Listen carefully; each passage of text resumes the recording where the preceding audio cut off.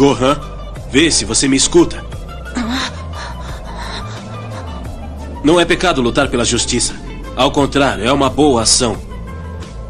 Pense, existem inimigos que não são convencidos com palavras. Você só tem que soltar a fúria que está dentro do seu espírito.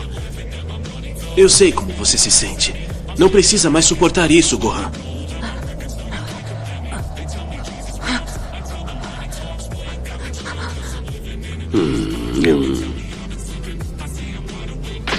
Esse foi um bom conselho. Mas fique sabendo que eu mesmo cuido do assunto ao meu modo. Gohan, proteja os seres vivos e as plantas deste mundo que eu tanto amei. Conto com você.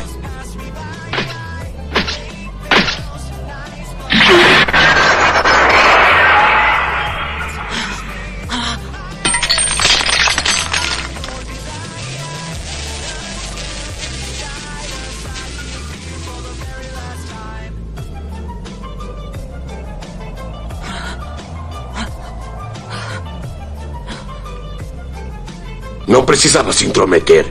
Você sempre foi um inútil.